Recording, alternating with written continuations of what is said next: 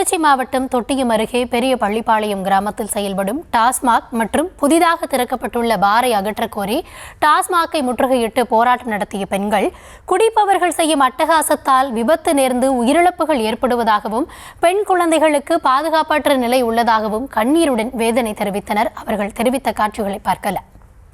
டாஸ்மாக் என்ற பெயரில் கடை இருக்கிறது. அதில் அடிக்கடி மது அருந்திவிட்டு விபத்துக்கள் நடக்கிறதுனால நேற்று இரவு கூட எங்கள் ஊரை சேர்ந்த 2 பேர் உயிரிழந்து விட்டார்கள். இதனால் அவர்கள் குடும்பத்தில் ரொம்ப கஷ்டப்படுறாங்க.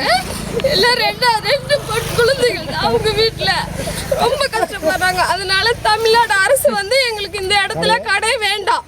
வெள்ளிக்கிழமை சந்தைக்கு போனாலும் எங்கே போனாலும் எங்களால் இந்த ரோட்டில் போயிட்டு வர முடியறதில்ல. அதனால தமிழ்நாடு அரசு இந்த கடையை உடனடியாக எடுக்கணும். விவரங்களோடு செய்தியாளர் கதிரவன் இணைந்திருக்கிறார். கதிரவன், அந்த பகுதி மக்கள் இதனால பெரும் பிரச்சனை அந்த பகுதிகளில் நிலவுறதா சொல்றாங்க. போலீசார் அதிகாரிகள் தரப்புல இது குறித்து என்ன சொல்லப்படுது? முழுமையான விவரங்கள். வணக்கம். தமிழகத்தில் அரசு மதுபான கடைகள் பகல் 12 மணி முதல் இரவு 10 மணி வரை செயல்படும் என அறிவிப்பு இருந்தாலும் பல இடங்களில் சட்டத்திற்கு புறம்பாக மது விற்பனை நடைபெற்று வருகிறது. இதனை கண்டித்து பல்வேறு பகுதியில் சமூக ஆர்வலர்கள் உள்ளிட்ட பலர் போராட்டத்தில் ஈடுபட்டு வருகின்றனர். இதன் ஒரு பகுதியாக திருச்சி மாவட்டம் தொட்டியம் அடுத்து பெரிய பள்ளிப்பாளையம் கிராமத்தில் உள்ள அரசு டாஸ்மாக் கடை செயல்பட்டு வருகிறது. அதன் அருகே தற்போது புதிதாக மதுபான பாரும் தற்போது செயல்பட்டு வருகிறது. இதனை அகற்றக் கோரி கடந்த 1 மாதத்திற்கு மேலாக அப்போது மக்கள் புகார் சம்பந்தப்பட்ட அதிகாரிகளும் புகார் தெரிவித்துள்ளனர். மேலும் கடந்த 1 மாதத்தில் மட்டும் 7க்கும் மேற்பட்ட சாலை விபத்துகள் நடந்துள்ளதாக அப்பகுதி மக்கள் குற்றம் சாட்டியுள்ளனர். இந்த நிலையில் நேற்று முன்தினம் நடந்த விபத்தில் காந்தி சிலையில் நின்று கொண்டிருந்தவர்கள் மீது 2 கார்கள் மோதியில் 2 பேர் சம்பவ இடத்திலே உயிரிழந்தனர். மேலும் 2 பேர் உயிருக்கு ஆபத்தான நிலையில் மருத்துவமனையில் சிகிச்சை பெற்று வருகின்றனர். மது அருந்திவிட்டு வாகனங்களை ஓட்டுபவர்கள் இப்பகுதியில் விபத்து நடைபெறுவதாக அப்போது மக்கள் குற்றம் சாட்டி சம்பந்தப்பட்ட அதிகாரியிடம் புகாராகவும் தெரிவித்துள்ளனர்.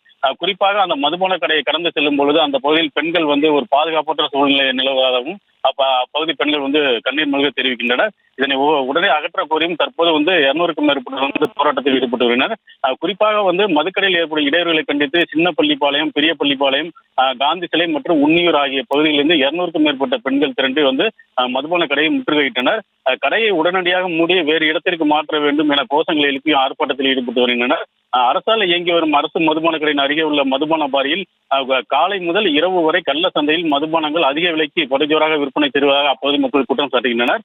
இது குறித்து பலமுறை சம்பந்தப்பட்ட அதிகாரிகள் தெரிவித்தும் நடவடிக்கை எடுக்காததால் அப்போது மக்கள் தற்போது போராட்டத்தில் ஈடுபட்டு வருகின்றனர். மேலும் மதுபான கடை மூடாவிட்டால் மாவட்ட ஆட்சியர்களுக்கு முற்றுகையிட்டு போராட்டம் நடத்தப்படுவதாக போராட்டத்தில் ஈடுபடுவதாக தெரிவிக்கின்றனர்.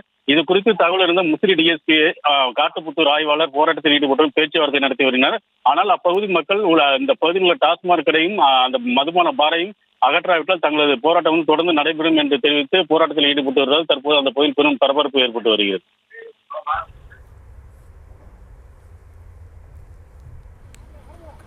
விரிவான விவரங்களுக்கு நன்றி கதிரவன்.